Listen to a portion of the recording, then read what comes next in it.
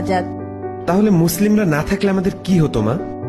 মুসলিমরা না থাকলে ভারত এক অন্ধকারাচ্ছন্ন দেশ থাকতো।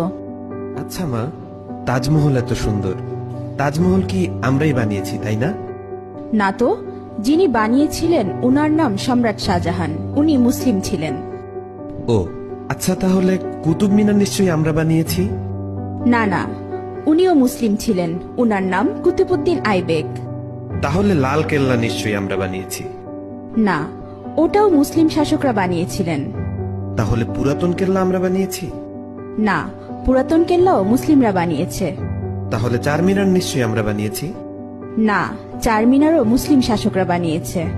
মা, আমি শুনেছি ভারতের সবচেয়ে বড় ও পুরাতন রোড গ্র্যান্ড ট্রাঙ্ক প্রায় 3000 কিলোমিটার পর্যন্ত বিস্তৃত, সেটা তো আমরা বানিয়েছি।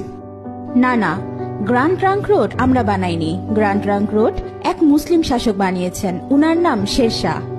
আচ্ছা, তাহলে হাজারদুয়ারি প্যাসেজ নিশ্চয়ই আমরা বানিয়েছি? না বেটা, এটাও মুসলিম শাসকরা বানিয়েছে।